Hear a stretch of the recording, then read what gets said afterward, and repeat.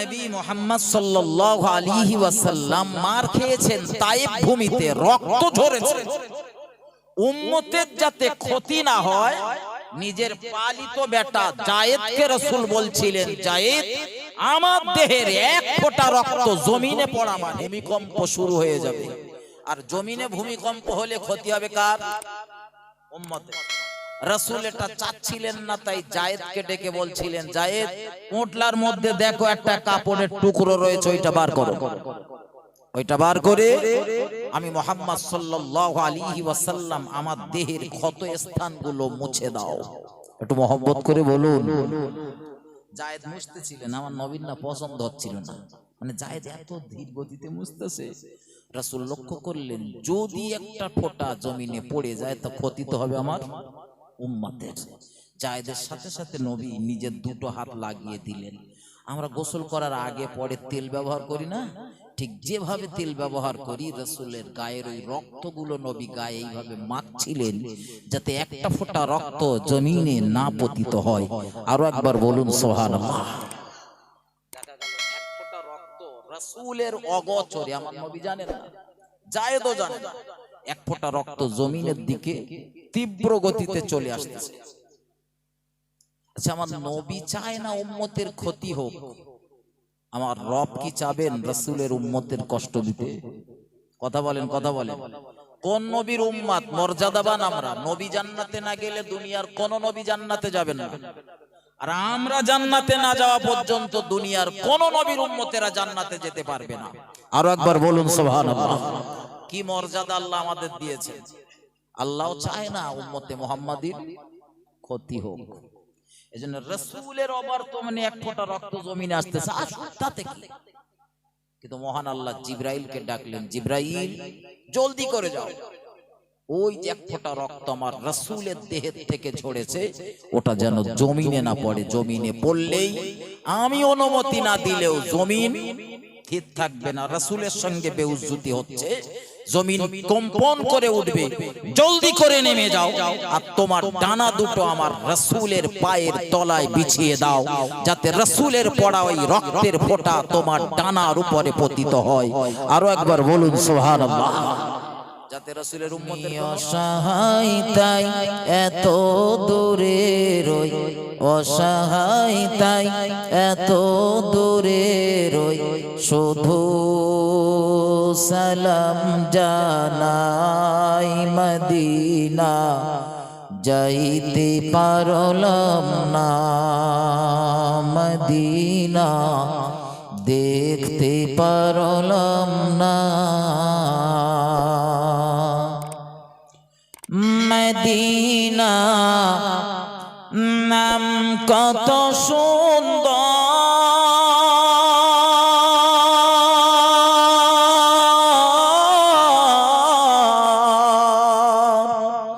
Medina কেড়েছে অন্তর, ওই মদিনার পথের ধুলি আমি, ওই মদিনার পথের ধুলি আমি মাখতে পারলাম না মদিনা, যাইতে পারলাম না মদিনা, দেখতে পারলাম না। আল্লাহুম্মা সাল্লি আলা সাইয়্যিদিনা মাওলানা মুহাম্মদ ওয়া আলা আলি সাইয়্যিদিনা।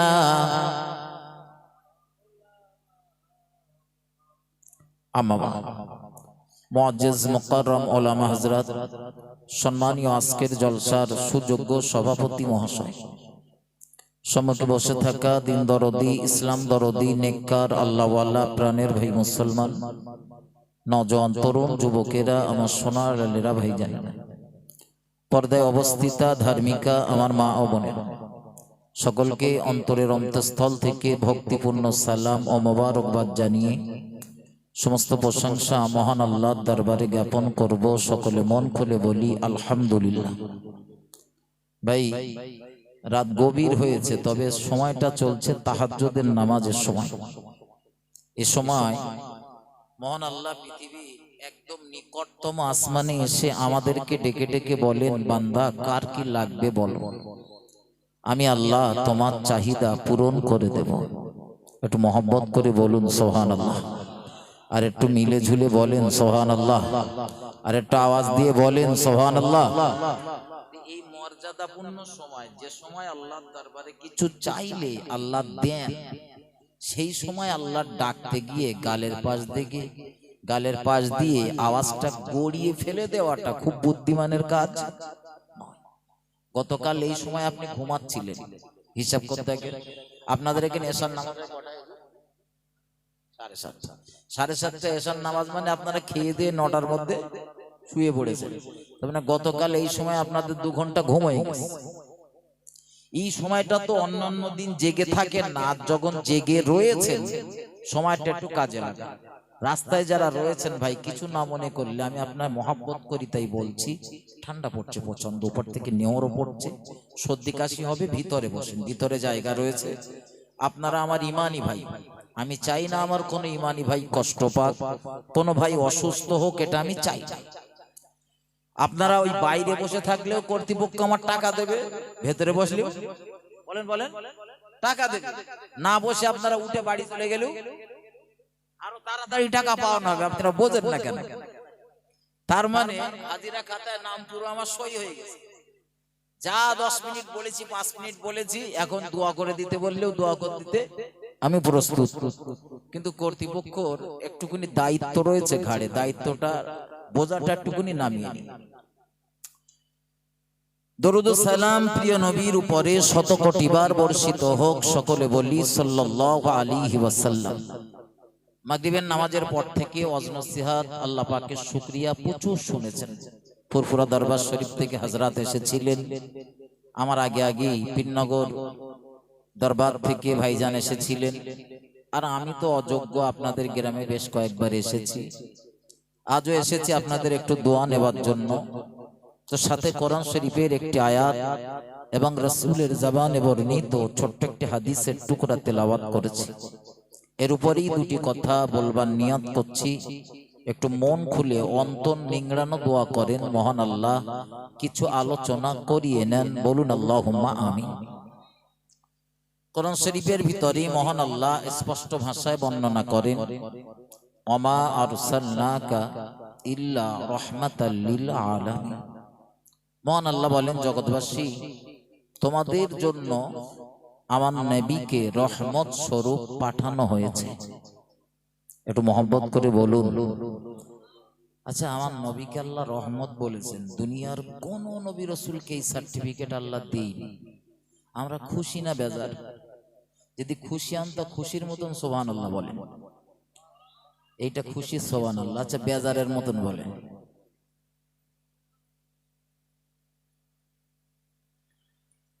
রাসূলকে আল্লাহ আমাদের জন্য শুধু নন, तमाम দুনিয়া সমস্ত মাখলুকাতের জন্য রাসূলকে রহমত স্বরূপ পাঠিয়েছে। আরো একবার বলুন সুবহানাল্লাহ, তো আওয়াজ দিয়ে বলেন সুবহানাল্লাহ। আমরা সেই ইমানদার, আমাদের খেতি না দিলেও সহ্য করি, আমাদের খেতি না দিলেও সহ্য হয় না। রমজান মাস তো সারা মাস দিনের বেলা না খেয়ে থাকে, আমাদের পিঠে একটা মেরে নিলেও সহ্য হয়, কিন্তু নবীর নামে কেউ কিছু বললে সহ্য হয়? হ্যাঁ, সেই নবীর প্রশংসা আল্লাহ করেছেন, মন খুলে বলুন সুবহানাল্লাহ। দুনিয়ার কোন নবী রাসূলকে আল্লাহ এই মর্যাদা, এই প্রশংসা করি, শুধু আমাদের নবীকে করেছেন। কিন্তু কেন? নবী তো একটা দানা, নবী আদম থেকে আমাদের নবী পর্যন্ত লক্ষাধিক নবী রাসূল পয়গম্বর। বর্ণনাকারীদের মতভেদ, কেউ বলেছেন 1,24,000, মতান্তরে 2,24,000, আমি সেটা এক কথায় বলেছি লক্ষাধিক, লক্ষের উপর। এত নবী রাসূল এসেছেন দুনিয়ার জমিনে, মহান আল্লাহ কাউকে এ সার্টিফিকেট দেননি, দিয়েছেন আমাদের নেতা, আমাদের রাহবার, আমাদের নবী মুহাম্মদুর রাসূলুল্লাহ সাল্লাল্লাহু আলাইহি ওয়াসাল্লামকে। কিন্তু কেন? ভাই পৃথিবীতে যত নবী এসেছে উম্মত একটু বদমাইশি করেছে। অধিকাংশ নবীদের ক্ষেত্রে দেখা গেছে উম্মত কিছু করেছে তো সেই সমস্ত নবীরা তাদের উম্মতদের জন্য বদদুয়া করেছে। তো আমাদের নবী আমাদের জন্য বদদুয়া করেছে? যারা চুপ রয়েছেন কি বোঝাতে চাচ্ছেন? করেছে নাকি? নাউযুবিল্লাহি মিন যালিক। চুপ থাকা মানে হ্যাঁ বলা। এই জন্য সব জায়গায় চুপ থাকবেন না। কত নবীরা কেউ একটা কিছু করেছেন তো দুটো হাত তুলে বলেছেন আল্লাহ আর সহ্য করা যাচ্ছে না, কটার ব্যবস্থা করো, কটারে ব্যবস্থা করো। কটা নবীর নাম করবো? একটা একটা করে নাম বলতে আর এই ছোট্ট ছোট্ট করে উপমা দিতে সময় পার হয়ে যাবে। অধিকাংশ নবীরা বদদুয়া করেছেন উম্মতের জন্য। মুহাম্মদ সাল্লাল্লাহু সেই নবী উম্মতের জন্য বদদুয়া করেননি, বরং তিনি নেক দোয়া করে গিয়েছেন গোটা জীবন। আরো একবার বলুন সুবহানাল্লাহ। নবী দুনিয়া থেকে চলে যাবেন, আজরাইলের আগমন, জিবরাইলের আগমন। জিবরাইল এসে বলতেছেন হুজুর মহান আল্লাহর আদেশ, আপনার ইচ্ছা হলেই আল্লাহ পাক তুলে নেবেন আরশে পাকের বা আসমানের কোন একটা জায়গায় আপনাকে রেখে দেবে। আচ্ছা, আমার নবীর খুশি হওয়ার কথা না বেজার হওয়ার কথা? ঝট করে বলেন। আসমানে নবীরা নেই, কথা বলেন, আসমানে নবীরা নেই। আচ্ছা, আছে কিনা আমি পরে বলে দিচ্ছি, আছে কিনা 5 মিনিট পরে বলে দিচ্ছি। তার আগে বোঝে জান্নাতের মহান আল্লাহ তার রাসূলকে আসমানের বিভিন্ন স্থানে রাখার জন্য অনুমতি দিলেন যে নবী যেখানে থাকতে চাইবে সেখানে রাখা হবে।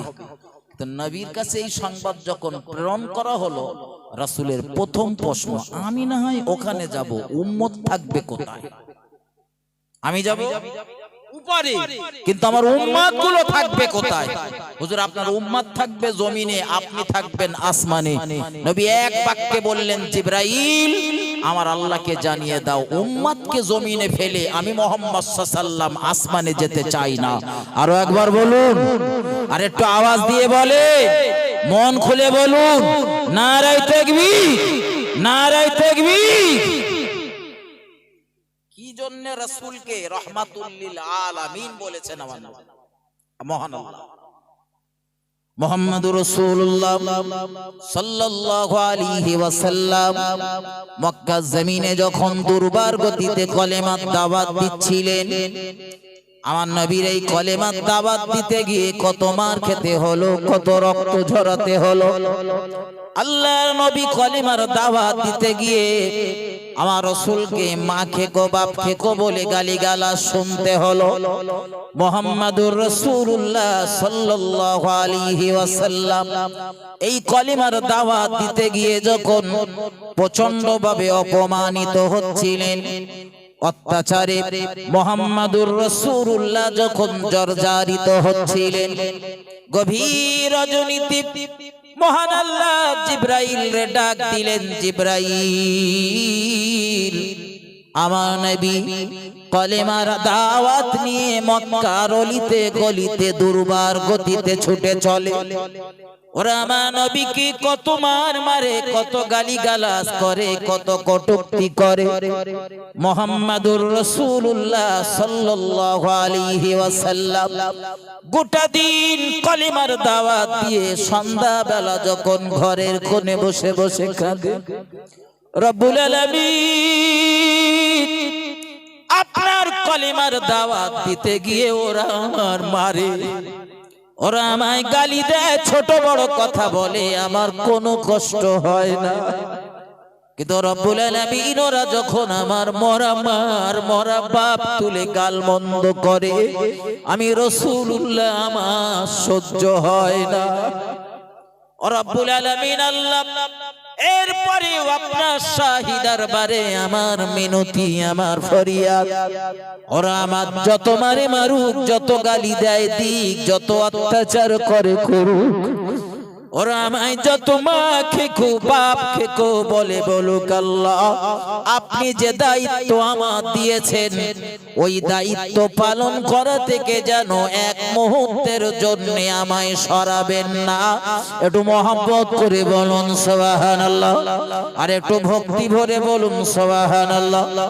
আল্লাহ নবী মুহাম্মদুর রাসূলুল্লাহ এইভাবে যখন দুর্বার গতিতে কলেমার দাওয়াত দিচ্ছিলেন, প্রচন্ড অত্যাচারী জর্জরিত নবী যখন হচ্ছিলেন, ঠিক এরকম একটা সময় মুহাম্মদুর রাসূলুল্লাহ সাল্লাল্লাহু আলাইহি ওয়াসাল্লাম সেদিন রাতের অন্ধকারে তার একজন আপন বিবির গৃহের ভিতরে অবস্থান করছিলেন। অন্য বর্ণনায় কাবা চত্বরে তিনি আরাম করছিলেন, অবস্থান করছিলেন। জিবরাইলের আগমন হয়ে গেল। হযরত জিবরাইল আমিন আলাইহিস সালাম এসে আমার নবীকে ডাক দিলেন, ইয়া রাসূলুল্লাহ, ইয়া হাবিবাল্লাহ, হুজুর আজ এই গভীর রজনীতে রাতের অন্ধকারে মহান আল্লাহ তার শাহী দরবারে আপনাকে আমন্ত্রণ জানিয়েছে। দুনিয়ার কোন নবীর নসিবে যা জুটেনি, মহান আল্লাহর নবীর নসিবে সেদিন রাতের অন্ধকার জুটে গেল। ইতিহাস আপনাদের জানা, আমি বলবো না, এগিয়ে চলুন। মুহাম্মদুর রাসূলুল্লাহ ওই রজনীতে আমার নবীর জীবনে মিরাজ সংঘটিত হলো। মুহাম্মদুর রাসূলুল্লাহ সাত আসমান ভেদ করে জান্নাত জাহান্নাম ভ্রমণ করে দয়ার নবী মহান আল্লাহর সঙ্গে কথোপকথন করে উম্মতের জন্য 5 ওয়াক্ত নামাজ নিয়ে প্রিয় নবী আমার দুনিয়া জমিনে ফেরত এলেন। আল্লাহর হাবিব বাড়ির ভিতরে রয়েছে, একটি বর্ণনাতে রয়েছে তিনি তার একজন বিবির সঙ্গে বলছিলেন এই বর্ণনার কথা। অপর আরেকটি বর্ণনাতে রয়েছে নবী তখনও পর্যন্ত কারোর সঙ্গে বলিনি। ঠিক এমত অবস্থাতে মসজিদ মহান রব্বুল আলামিনের প্রিয় নবী লক্ষ্য করলেন ফজরের নামাজের ওয়াক্ত হয়ে গিয়েছে। আল্লাহর নবী মুহাম্মদুর রাসূলুল্লাহ তাই গুটি গুটি পায়ে রওনা দিলেন। যারা হজ করতে গিয়েছেন তারা জানেন আমার নবীর ঘর থেকে মক্কার কাবা দূরত্ব খুব বেশি দূর না, সামান্য একটুখানি ব্যবধান। বিশ্ব নবী ওখান থেকে রওনা দিলেন কাবা চত্বরে যাবে, কিন্তু ওইটুকু পথের মাঝখানে মুহাম্মদুর রাসূলুল্লাহ লক্ষ্য করলেন একজন বিধর্মী মহিলা, একজন বৃদ্ধা মহিলা ওই গভীর রজনীতে ক্রন্দন করতে করতে চলতেছেন পথের উপর দিয়ে। কি দয়া, কি মায়া, কি মমতা আমার নেতার ভিতরে মহান রব্বুল আলামিন দিয়েছিলেন। রাতের বেলা আমরা যখন দেখি কোন মানুষ বিপদে পড়েছে আমরা পাশ কাটিয়ে চলে যাই, না জানি যদি আবার ওই বিপদে আমিও পতিত হই। আল্লাহর নবী ওই মহিলাটারই জিজ্ঞাসা করলেন, কি সুন্দর করে ডাক দিলেন, জননী মা।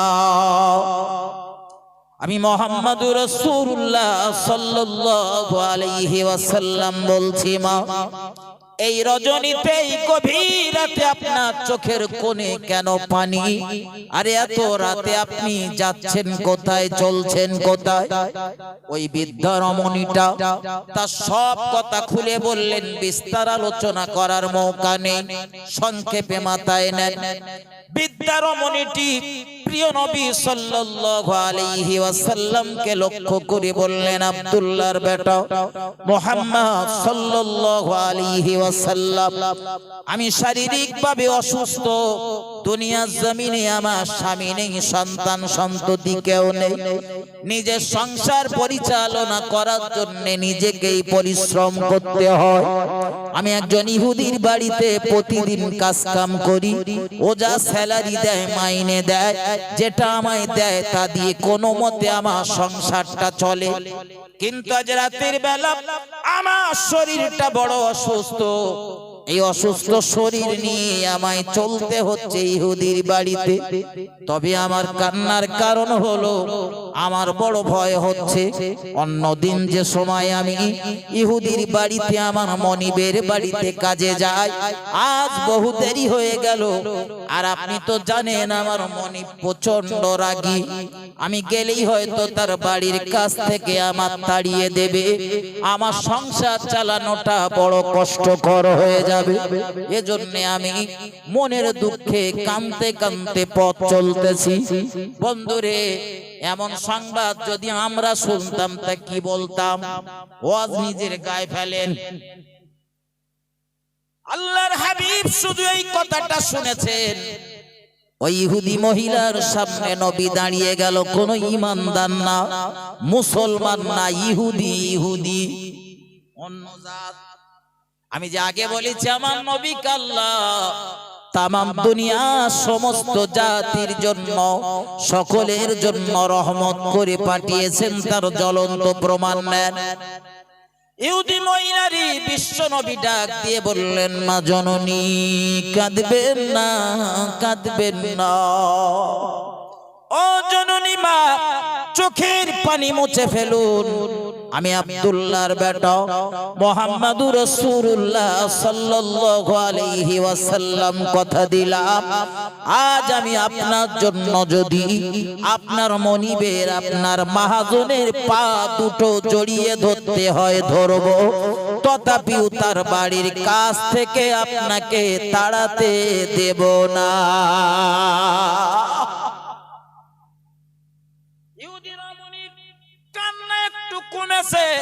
নবী আবারও সান্ত্বনা দিয়ে বললেন, মা জননী, শুধু আপনার মনিবের পা দুটো জড়িয়ে ধরে কাজ যাতে কাজ হারা, কর্মহারা আপনার না হতে হয়, তার ব্যবস্থা শুধু করব তা নয়।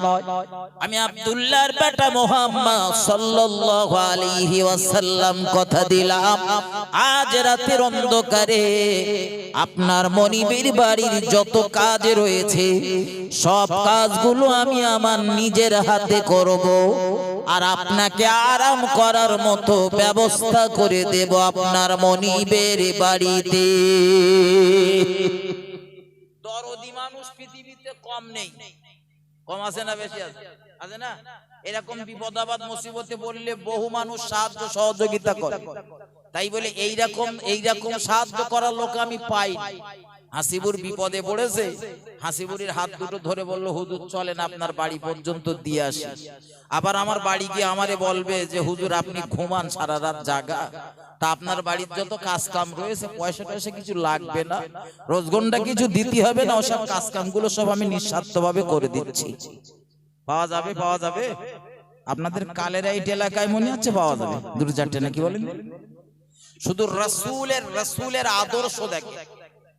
মুহাম্মদ সাল্লাল্লাহু আলাইহি ওয়াসাল্লাম ওই ইহুদির বাড়িতে গেলেন, খুব সংক্ষেপে নেন মাথায়। দরজায় টোকা দিয়েছে, তো ইহুদি আমার রাসূলকে দেখেছেন রাতের বেলা, অন্যান্য দিন দেখে দিনের বেলা। তো ইহুদি ঠাট্টা করছে আর বলছে, মুহাম্মদ সাল্লাল্লাহু আলাইহি ওয়াসাল্লাম, যে মুহাম্মদ তুমি ওভার টাইম করা শুরু করেছো কবে থেকে? এমনি জানি দিনের বেলা তুমি একটু কলেমার দাওয়াত দিতে আসো, কিন্তু রাতের বেলাও কলেমার দাওয়াত দিতে কবে থেকে শুরু করেছো? আমার নবী মুহাম্মদ সাল্লাল্লাহু আলাইহি ওয়াসাল্লাম বললেন, ভাই ইহুদি, আমি না কলেমার দাওয়াত দিতে আসিনি, এসেছি তোমার বাড়ির যে কাজের মহিলাটা কাজ করে সে পথে আসতে পারছিল না, তাই তোমার বাড়ি পর্যন্ত পৌঁছে দিতে এসেছি। একটু মহব্বত করে বলুন, আর একটু আওয়াজ দিয়ে বলেন। ইহুদি খুব খুশি, খুশি হওয়াটা স্বাভাবিক। আমার নবী ইহুদির খুশি দেখে এবার বললেন, ভাই আপনার কাজের লোকটারে আপনার বাড়ি পৌঁছে দিয়েছি, আপনি খুশি, আমিও খুশি হব যদি আমার একটা কথা রাখে। কি? আব্দুল্লাহর বেটা মুহাম্মদ সাল্লাল্লাহু আলাইহি সাল্লাম, তোমার কি কথা রাখতে হবে বলো। আমার নবী বললেন, আজকে রাতের বেলা এই মহিলাটার দিয়ে আপনি কোনো কাজ নেবেন না, একটু বিশ্রাম করার ব্যবস্থা করে দেন, প্রচন্ড শারীরিকভাবে অসুস্থ, একটু বিশ্রাম। মুহাম্মদ সাল্লাল্লাহু আলাইহি সাল্লাম বলেছেন, উম্মতকে উদ্বুদ্ধ করেছেন, কোন অসুস্থ ব্যক্তিকে আপনি দেখতে যাবেন তো তার বাড়ি পর্যন্ত আপনি গেলেন, আপনার বাড়ি থেকে তার বাড়ি পর্যন্ত। নবী বলল এখান থেকে তার বাড়ি পর্যন্ত এই যে আপনি চললেন, এই পথটা হলো জান্নাতের পথ। একটু মহব্বত করে বলেন। মুহাম্মদ সাল্লাল্লাহু আলাইহি ওয়াসাল্লাম তিনি মনিবের কাছে, অর্থাৎ ওই ইহুদিটার কাছে যখন দাবি করলো, ইহুদিটা আবার অট্টহাসিতে ফেটে পড়েছে। ও আব্দুল্লাহর বেটা মুহাম্মদ সাল্লাল্লাহু আলাইহি ওয়াসাল্লাম, তোমার কি মাথাটা খারাপ হয়েছে নাকি? আমার বাড়ির কাজের মহিলা, তার যদি ঘুমানোর ব্যবস্থা করে দেই তো আমার বাড়ির কাজগুলো করবে। মুহাম্মদ সাল্লাল্লাহু আলাইহি সাল্লাম বললেন, আমার নেতা বললেন, আমার নবী বললেন, ভাই ইহুদি কোনো চিন্তা নেই, যদি আজকে এই মহিলাটা একটু বিশ্রামের ব্যবস্থা হয়ে যায়, আপনার বাড়ি যত কাজ রয়েছে ওয়াদা করছি, কথা দিচ্ছি, সব কাজ মুহাম্মাদুর রাসূলুল্লাহ এই দুটো হাত দিয়ে সমাধা করে দেবে। একটু মহব্বত করে বলেন। ইহুদি দেখতেছে একটা ফাউলক পেয়েছি, ফাউলক পেলে আমরা একটু মাঝে মাঝে খাটিয়ে লাই না, তো ইহুদি দেখতেছে তো ফাউলক, টাকা দেওয়া লাগবে না, ফাউ কাজ, তো যে কাজটা করার দরকার সেটাও দেখিয়ে দিয়েছে, যেটা না করলে চলে সেটাও দেখিয়ে দিয়েছে। ঠিক আছে মুহাম্মদ, আমি এই বিদ্যাটা থাকার ব্যবস্থা করে দিচ্ছি, এই কাজগুলো তুমি করে দাও। আমার রাসূল একটা করে কাজগুলো সব সমাধা করলেন, সব কাজ সমাধা। কিন্তু নবী খেয়াল করছেন নামাজে রক্তের সময় আর খুব বেশি বাকি নেই।